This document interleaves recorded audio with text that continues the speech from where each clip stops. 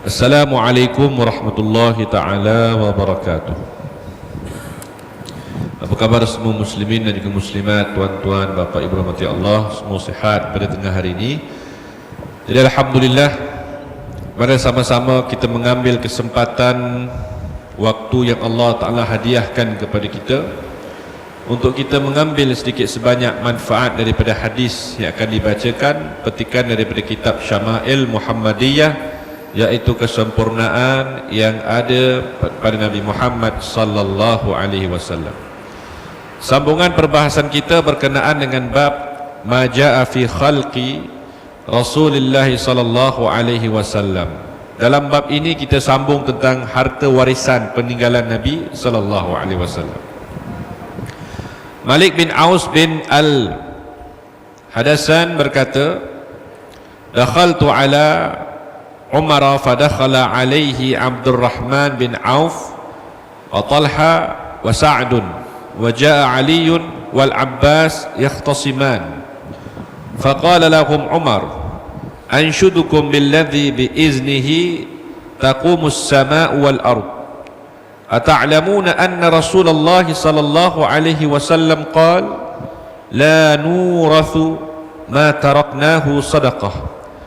فقالوا اللهم نعم وفي الحديث قصة طويلة. Hadis bermaksud aku bertemu dengan Umar. Selepas itu Abdurrahman bin Auf, Talha bin Sa'ad bin Abi Waqqas, bertemu Talha, lepas itu bertemu dengan Sa'ad bin Abi Waqqas, dan keduanya pun masuk.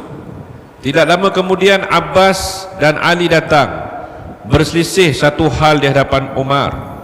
Umar pun berkata kepada semua yang ada di situ, aku bertanya kepada kamu semua dan bersumpah demi Allah yang dengan kehendaknya langit dan bumi ditegakkan. Adakah kamu semua tahu Rasulullah sallallahu alaihi wasallam pernah berkata yang bermaksud kami tidak mewariskan apa yang kami tinggalkan, maka ia adalah sedekah.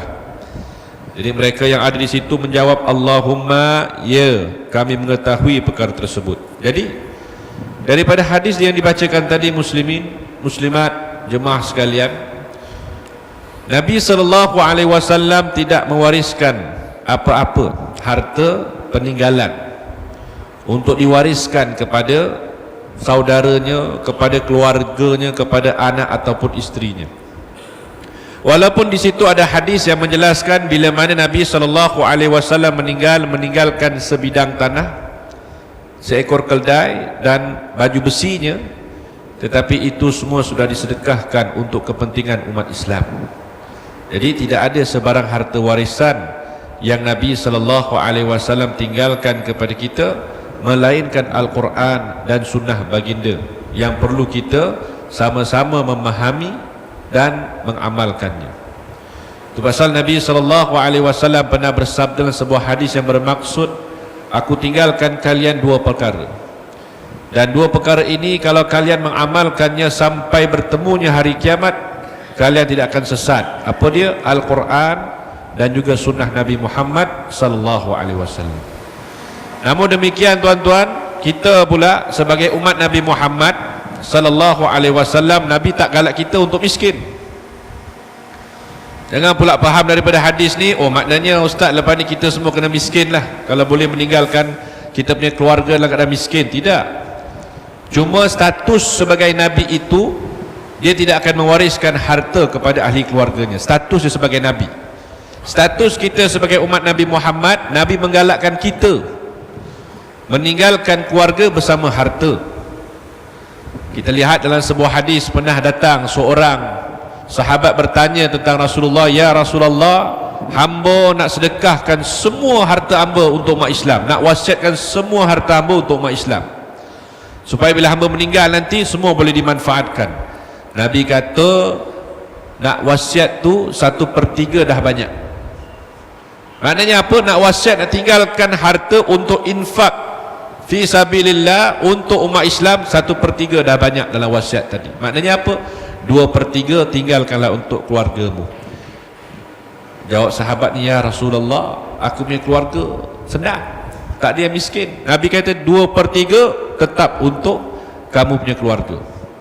Maknanya apa? Kita tak tahu tuan-tuan, mungkin disebabkan mendung selalu datang, cerahnya tidak, kehidupan kita diduga Allah Subhanahu Wa Taala, tiba-tibalah kita ni bankrupt ke, hilang harta ke dan sebagainya. Setidaknya harta warisan yang ditinggalkan oleh ahli keluarga tadi dapat membela atau dapat membangunkan kehidupan kita yang telah bankrupt atau telah gagal dalam usaha yang kita lakukan. Setidaknya begitu. Itu pasal Nabi pernah bersabda, kadal faqru an yakuna kufran. Disebabkan kamu miskin, disebabkan kamu tak punya harta, kadang-kala kamu akan kufur kepada Allah Subhanahu Wa Taala. Tuan-tuan lihat pada negara jiran, bukan negara jiran, negara kita. Kadang-kadang orang miskin ni, bila mana dia minta tidak diberi, dia minta kepada haluan kiri yang bukan Islam, akhirnya diberikan bantuan, dikasih bantuan tadi demi bantuan, sampailah satu tahap diminta untuk tukar akidahnya, mereka tukar. Itu pasal Nabi kata jangan sampai miskin umat Islam. Kalau umat Islam miskin, ditakuti mereka akan terjebak dalam kekafiran dan kekufuran. Allah Subhanahu Wa Taala berfirman kepada kita dalam Al-Quran, dalam sepotong ayat, A'udzu billahi minasy syaithanir rajim. Wa'iddu lahum mastata'tum min quwwatin wa min ribatil khayli turhabuna bihi aduwallah. Sadaqallahul azim, yang bermaksud wa'iddu lahum mastata'tum min quwwah, kata Allah Ta'ala, persiapkanlah diri kamu dengan semaksimum persiapan, dengan sungguh punya persiapan. Apa dia? Meribatul khail, kata Allah Ta'ala. Allah sebut pertama sekali meribatul khail. Ribatul khail apa dia?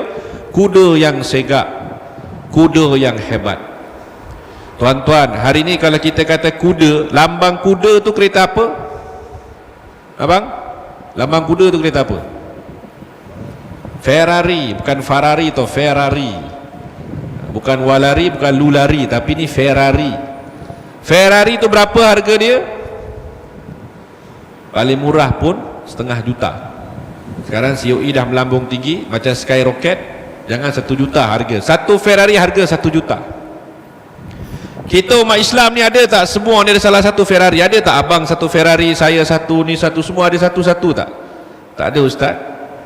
Jangan cakap Ferrari, nak beli lambang kuda pun tak mampu. Ferrari punya lambang kuda pun tak mampu kita beli. Makan puluhan ribu lambang tu sahaja. Maknanya kalau kita tidak sampai ke tahap boleh beli Ferrari, maknanya kita tidak memenuhi tuntutan Allah Ta'ala dalam mempersiapkan kekuatan ekonomi kita.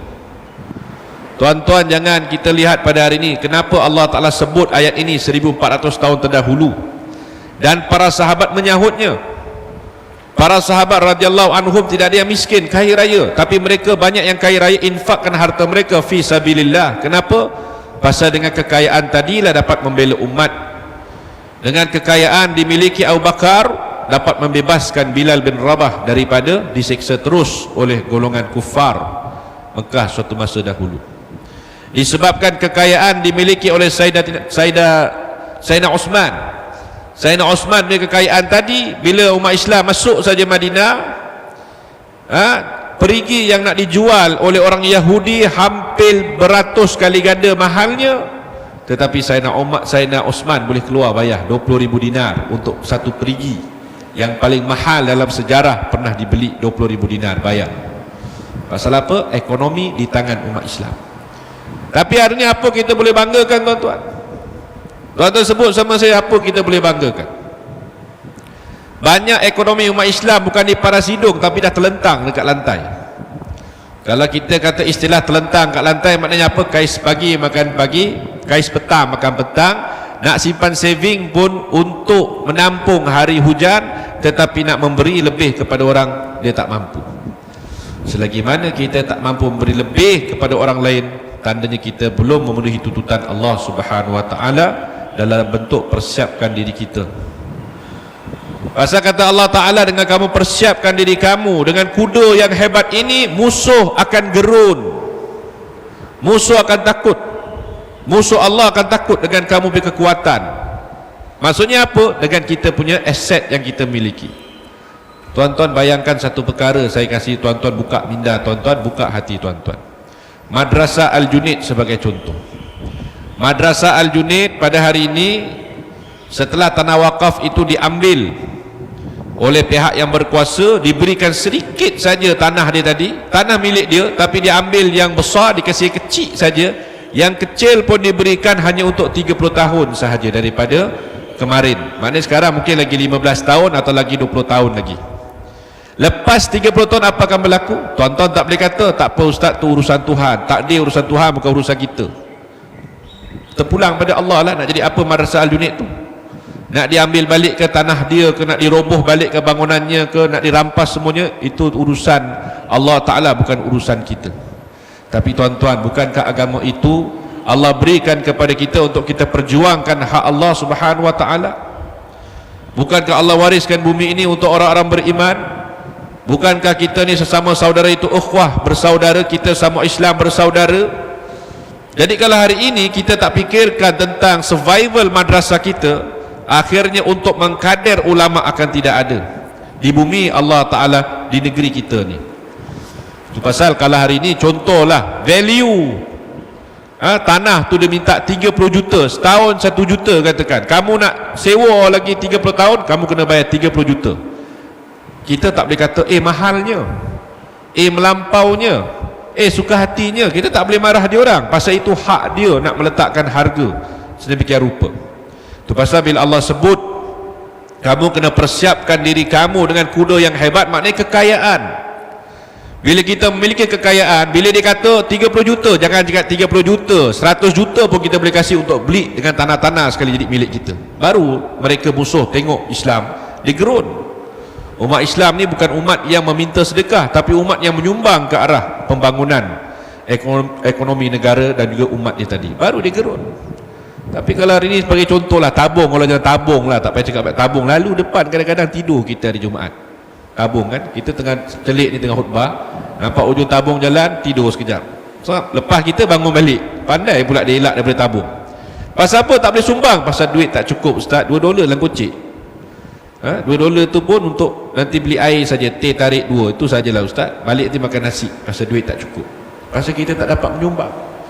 Tu pasal kita lihat dalam Islam, Allah Ta'ala kata apa? Kita kena kuatkan ekonomi. Bila mana kita ambil kisah hikmah daripada sahabat membeli telaga ketika masuk Madinah tadi, membeli perigi. Bila perigi tadi sudah dikongker, satu saja perigi sudah dikawal, sudah dalam genggaman umat Islam, dipulangkan balik kepada Rasulullah. Rasulullah kata apa? Rasulullah kata, perigi ini telah kuwakafkan, siapa-siapa yang nak ingin mengambil manfaat daripadanya silakan. Semua boleh ambil faedah manfaat tanpa bayar sebarang sen pun. Masa pun berlalu, perigi-perigi yang dikawal oleh Yahudi lain goyang mereka. Oi, perigi kita tak ada orang nak beli air. Pasal perigi yang dimiliki umat Islam percuma, gratis, free of charge, tak ada minta bayaran. Macam mana dengan perigi kita ni? Rugilah kita. Akhirnya Yahudi tadi terpaksa jual perigi kepada umat Islam di bawah harga pasaran. Ini strategi. Bila kita kontrol ekonomi, kita kontrol keseluruhannya. Kita tak boleh kata ustaz kita umat Islam baru 400,000 ustaz, disebabkan setitis dakwat perjuangan Islam jatuh ke lautan, lautan seluruh menjadi biru disebabkan kebangkitan umat Islam tadi, ataupun lautan menjadi hijau disebabkan kebangkitan umat Islam tadi. Setitis saja. Dakwah Nabi bukan Nabi mula dengan banyak. Rasulullah tak mulakan Islam dengan panggil satu dunia manusia ikut, tak. Nabi mula dengan satu orang saja, satu sampailah dia pengembang kepada berapa bilion sekarang umat Islam. Itulah barakah dakwah Nabi daripada satu titis sahaja Islam yang dititiskan dalam lautan, akhirnya merubah seluruh alam tadi kepada keislaman. Itu kita kena ada kekuatan ekonomi. Itu pasal Nabi SAW menganjurkan kita untuk kita usaha dengan penuh sungguh-sungguh dalam membangunkan ekonomi peribadi kita, ekonomi keluarga kita, dan pada penghujungnya kalau kita hidup dalam kemewahan, kita dapat melakukan sumbangan untuk umat Islam. Kalaulah dalam lagi 30 tahun akan datang atau lagi 20 tahun, institusi pengajian Islam kita nak diambil tanahnya, kita tidak ada tanah dan tak mampu nak beli tanah, apa akan berlaku kepada mengkader ulama-ulama, mengkader pelapis-pelapis, pelajar-pelajar belajar agama untuk membangunkan masyarakat ke arah keislaman, pastinya akan lenyap begitu sahaja. Itu pasal kita tak boleh harapkan sesiapa, kita mesti ada kekuatan dalam diri kita untuk menyumbang untuk agama Allah Subhanahu wa taala. Jadi kalau umat Islam kita usaha daripada sekarang dengan penuh kesungguhan, dengan penuh keyakinan, dengan penuh pengharapan kepada Allah Subhanahu wa taala, dan segala apa yang mereka usahakan, mereka tahu yang ini untuk agama Allah taala. Lagi 10-20 tahun akan datang, insya-Allah kejayaan itu akan jadi milik anda. Kenapa? Pasal niat anda itu kerana Allah Subhanahu wa taala. Jadi bila umat Islam kita kaya raya, bila sampai masanya tanah kita nak diminta bayar sewa 30-40 juta, kita tidak goyang, tak gerun, tak terpekik pun. Kita semua boleh keluar 1 juta untuk sumbangan, ambil 1 juta sumbangan, bebaskan tanah kita daripada musuh Allah Subhanahu wa taala. Itu saja. Itu pasal banyak di kalangan kita kadang-kadang boleh cerita ekonomi saja, kadang-kadang ada beberapa tempat tak boleh ekonomi, tak boleh cerita, duit tak boleh cerita. Jadi akhirnya bila nak bangunkan umat punya kedudukan ekonomi? Sekarang ni umat Islam kita ni boleh dikatakan rata-rata banyak miskin. Lagi 10-20 tahun kalau kita tak bikin perubahan daripada hari ini, tak buat perubahan, tak shift minda kita, tak lakukan anjakan paradigma, umat Islam kita akan jadi orang kulit hitam di Amerika. Kedudukan ekonomi mereka. Tuan-tuan tak payah pergi jauh, tuan-tuan tengok saja bisnes makanan, yang minta sijil halal daripada Majlis Agama Islam Singapura ribuan, tetapi tak sampai pun 5% daripada kedai Islam, tak sampai 5%. Lagi 95% siapa yang minta tu yang bukan Islam. Dia jual makan kepada orang Islam, tapi orang Islam tak nak pegang benda tersebut. Bukan kita cakap benda tu tak halal, tak, tapi dia faham jauh mana. Al-Quran pun dia tak baca. Dia tahu halal tu bukan babi, benda yang ada logo halal, halal lah. Dia tak fikir macam mana benda tu nak tahu pastikan betul-betul. Dia tak fikir itu semua, pasal dia tidak ada ilmu dalam perkara tersebut. Itu pasal inilah kelemahan. Bila kita lemah, bila kita mudah dijatuhkan oleh musuh Allah Ta'ala, jangan kita persalahkan Allah Subhanahu Wa Ta'ala. Kita kena salahkan perancangan kita, kita kena salahkan apa yang kita sudah sumbang pada agama Allah Ta'ala. Justru itu Nabi SAW menganjurkan umatnya untuk terus berusaha dalam membangunkan ekonomi mereka masing-masing. Aisyah radhiyallahu anha meriwayatkan, ma taraka Rasulullah sallallahu alaihi wasallam dinaran wala dirhaman wala syatan wala ba'iran, qala asyukku fil abdi wal amah. Aisyah berkata, Rasulullah sallallahu alaihi wasallam tidak meninggalkan 1 dinar ataupun dirham pun, tidak juga seekor kambing ataupun seekor unta sekalipun.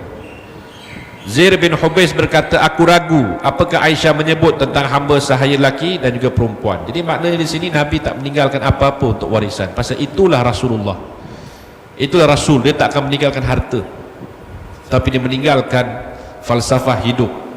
Dia meninggalkan map, cara untuk kita jalan sampai berjaya. Dia meninggalkan kita blueprint macam mana kamu nak sukses dunia akhirat. Dia meninggalkan kita langkah-langkah yang kita boleh ikuti. Itulah Rasulullah. Mana Nabi punya orang ni, dia ajar kita apa dia? Dia tak kasih kita ikan. Istilahnya apa? Nabi tak kasih kita ikan, tapi Nabi kasih kita joran untuk pancing ikan. Nabi kasih kita pancing, Nabi kasih kita mata kail, Nabi suruh kita pancing ikan, suruh cari jalan keluar. Macam mana nak bangunkan kamu punya umat Islam. Islam pernah conquer 2/3 dunia. Kenapa boleh conquer? Pasal agama Allah Subhanahu Wa Taala ialah nombor 1 dalam kehidupan mereka. Al-Quran, Sunnah nombor 1. Justru itu 2/3 dunia dalam genggaman Islam. Tapi hari ini nak cakap jangan sekat 2/3 pulau kecil, one dot pun nak kata Islam conquer, tak boleh pada hari ini. Kenapa? Pasal banyaknya sudah dimanipulasi. Sumber bumi milik umat Islam, tapi hasilnya musuh Islam yang ambil. Sumber bumi, tuan-tuan tengoklah negara yang paling kaya negara Islam, tetapi negara paling miskin pun rakyatnya banyak mati tak makan pun negara Islam juga. Itu yang kita pelik dan juga ajaib. Justru itu fa'tabiru ya ulil absar, kata Allah Ta'ala. Ambil iktibarlah wahai orang-orang yang ada akal fikiran, mata hatinya belum mati, masih celik, bangunkanlah ekonomi umat, bangunkanlah ekonomi diri kita, dan tambahkanlah ilmu pengetahuan kita untuk kita saling sama-sama dekatkan diri kita kepada Allah Subhanahu Wa Taala. Dia mungkin sekadar itu saja penyampaian ringkas untuk tengah hari ini. Segala apa yang baik datang daripada Allah Subhanahu Wa Taala, kekurangan terkasar masa mohon maaf. InsyaAllah jumpa lagi minggu depan. InsyaAllah minggu depan kita akan lihat tentang melihat Nabi SAW dalam mimpi kita. Bagaimana tanda-tandanya dan kebenarannya kita akan bahaskan minggu depan insyaAllah. Sekian, wassalamualaikum warahmatullahi taala wabarakatuh.